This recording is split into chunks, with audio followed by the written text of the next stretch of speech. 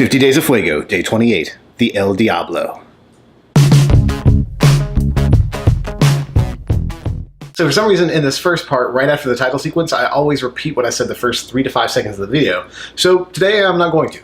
The El Diablo first showed up in the 1940s in a Trader Vic cocktail book.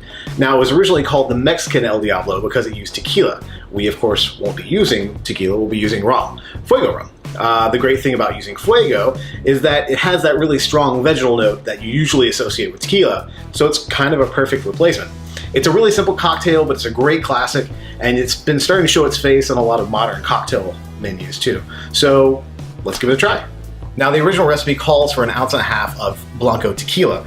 We're going to be replacing that Blanco tequila with, of course, FWAYGO rum.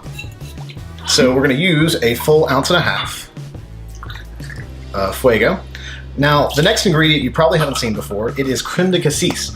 It's a black currant liqueur. It's really flavorful, really fantastic in small amounts, so we're actually going to only use 1/2 ounce of this. Now, the Creme de Cassis is used in a really popular classic cocktail called a kir, which is basically aligoté wine and black currant liqueur. It's kind of evolved into what everybody knows as the kir royale, which is usually a little bit of champagne with some chambord or cassis. Now, that we have our sweet ingredient, we're going to add 1/2 ounce of fresh squeezed lime juice to kind of balance out that sweet. Once everything's in the shaker, we'll go ahead and give it a shake.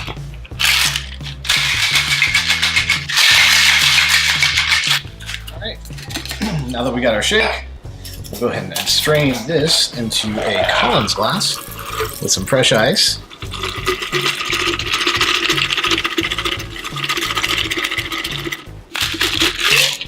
And we'll top it with a little bit of our ginger beer. Now again, we're pouring this after because, like I said before, you don't want to shake with anything carbonated. Get a nice little mix. And we'll garnish this one with a little wheel of lime. For those of you who know a little cocktail terminology, this is a pretty standard Collins formula, just with some of the ingredients switched around. If you haven't had a Collins before, it's like a bigger, better version of a Moscow Mule or a Dark and Stormy. It's really nice, it's light. The ginger beer and the lime give it a nice bright nose, and it's effervescent, and the cassis gives it a really nice berry flavor too.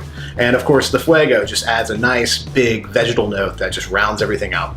It's a perfect cocktail for, I guess, a Florida winter. Well, give it a try at home. It's a really delicious cocktail. Try it with tequila too, it's really great that way.